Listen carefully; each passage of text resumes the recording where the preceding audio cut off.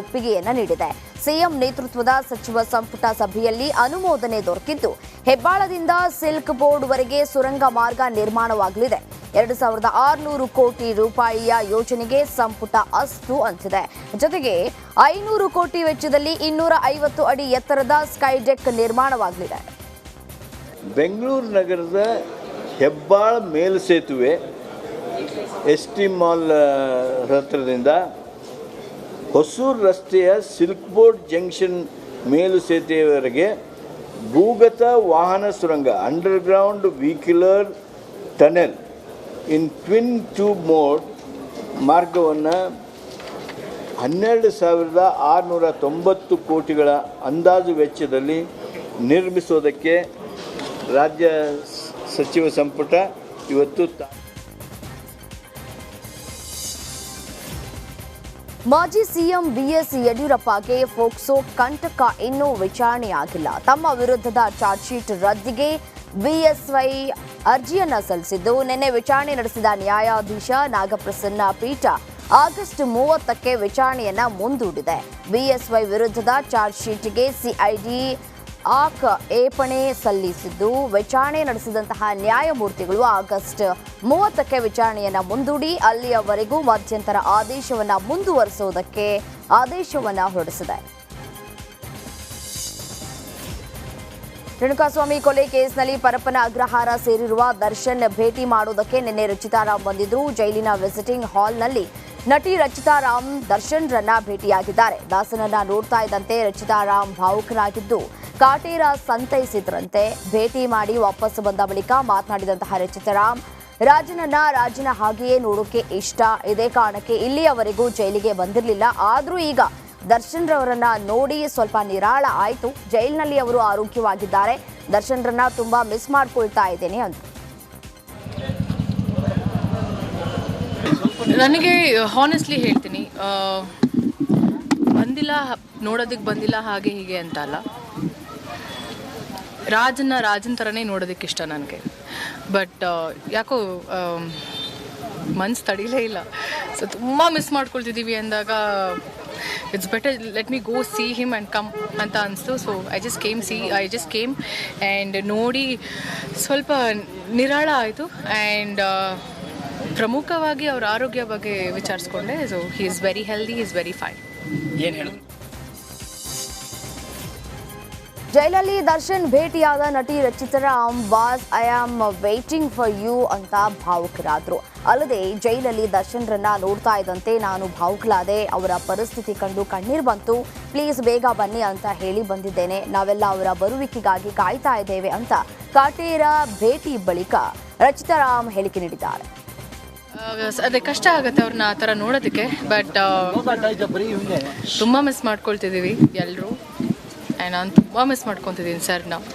ಅವ್ರ ಅಭಿಮಾನಿಗಳು ಎಷ್ಟು ಮಿಸ್ ಮಾಡ್ಕೊಳ್ತಿದ್ದಾರೋ ಅಷ್ಟೇ ಮಿಸ್ ಮಾಡ್ಕೊಳ್ತಿದ್ದೀವಿ. ಅವ್ರ ಕುಟುಂಬ ಆಗಿರ್ಬೋದು, ಅವರ ಫ್ಯಾನ್ಸ್ ಆಗಿ ನಾನು ಒಬ್ಬ ಫ್ಯಾನೇ, ತುಂಬಾ ಮಿಸ್ ಮಾಡ್ಕೊಳ್ತೀನಿ. ಸೊ ಹೇಳ್ಬಿಟ್ಟು ಬಂದೆ, sir we all are waiting for you, please ಬೇಗ ಬನ್ನಿ ಅಂತ.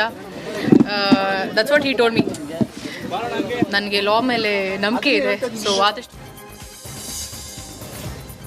ರೇಣುಕಾಸ್ವಾಮಿ ಕೊಲೆ ಕೇಸ್ನಲ್ಲಿ ಜೈಲು ಪಾಲಾಗಿರುವ ಡಿ ಗ್ಯಾಂಗ್ಗೆ ಶಾಕ್ ಎದುರಾಗಿದೆ. ಜಾಮೀನಿಗಾಗಿ A1 ಆರೋಪಿ ಪವಿತ್ರ ಗೌಡ ಸಲ್ಲಿಸಿದ ಅರ್ಜಿ ವಿಚಾರಣೆ ಮುಂದೂಡಿಕೆಯಾಗಿದೆ. ದರ್ಶನ್ಗೂ ಮೊದಲೇ ಪವಿತ್ರ ಬೇಲ್ ಅರ್ಜಿಯನ್ನ ಹಾಕಿದ್ದು ನಿನ್ನೆ ವಿಚಾರಣೆ ನಡೆಸಿದಂತಹ ನ್ಯಾಯಾಲಯ ಅರ್ಜಿ ವಿಚಾರಣೆಯನ್ನ ಆಗಸ್ಟ್ 27ಕ್ಕೆ ಮುಂದೂಡಿದೆ. ಅಂದು ಪವಿತ್ರ ಗೌಡ ಪರವಾಗಿ ಹಿರಿಯ ವಕೀಲ ಟಾಮಿ ಸೆಬಾಸ್ಟಿಯನ್ ವಾದವನ್ನ ಮಾಡಲಿದ್ದಾರೆ. ಕೊಲೆ ಕೇಸ್ನಲ್ಲಿ ಜೈಲು ಪಾಲಾಗಿರುವ ಮತ್ತಿಬ್ಬರು ಆರೋಪಿಗಳಾದ ವಿನಯ್ ಹಾಗೂ ಅನುಕುಮಾರ್ ಕೂಡ ಜಾಮೀನಿಗಾಗಿ ಪ್ರತ್ಯೇಕ ಅರ್ಜಿಯನ್ನ ಸಲ್ಲಿಸಿದ್ದಾರೆ. ಇವರಿಬ್ಬರ ಅರ್ಜಿಯನ್ನು ನಿನ್ನೆ ವಿಚಾರಣೆ ನಡೆಸಿದ ನ್ಯಾಯಾಲಯ ಆಗಸ್ಟ್ 27ಕ್ಕೆ ಮುಂದೂಡಿಕೆ ಮಾಡಿದೆ.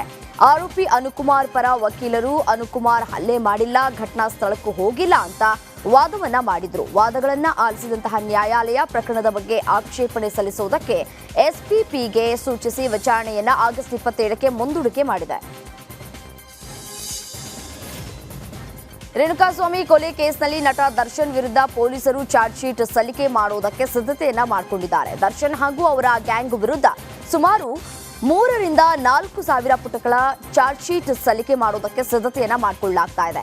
ದರ್ಶನ್ ಅಂಡ್ ಗ್ಯಾಂಗ್ ರೇಣುಕಾಸ್ವಾಮಿಯನ್ನ ಕರೆತಂದಾಗಿನಿಂದ 4 ಸರೆಂಡರ್ ಆಗುವವರೆಗಿನ ವೃತ್ತಾಂತವನ್ನ ತೋರಿಸುವುದಕ್ಕೆ ಸಿದ್ಧತೆಯನ್ನ ಮಾಡಿಕೊಳ್ಳಲಾಗಿದೆ. ಈ ಮಧ್ಯೆ ಇನ್ನು ಬೆಂಗಳೂರಿನ FSL ಸೇರಿ ಹೈದರಾಬಾದ್ನ FSLನಿಂದ ಭೌತಿಕ CFSLನಿಂದ ಭೌತಿಕ ವಿಶ್ಲೇಷಣೆ ವರದಿ ಮತ್ತು ಆಡಿಯೋ ವಿಶ್ಲೇಷಣೆ ವರದಿ ಸೇರಿ 2 ವರದಿ ಬಾಕಿ ಇದ್ದು ಆ 2 ವರದಿ ಬಂದಲ್ಲಿ ಚಾರ್ಜ್ ಶೀಟ್ ಸಲ್ಲಿಕೆ ಮುಂದಿನ ವಾರ ಫಿಕ್ಸ್ ಅಂತ ಹೇಳಲಾಗ್ತಾ ಇದೆ.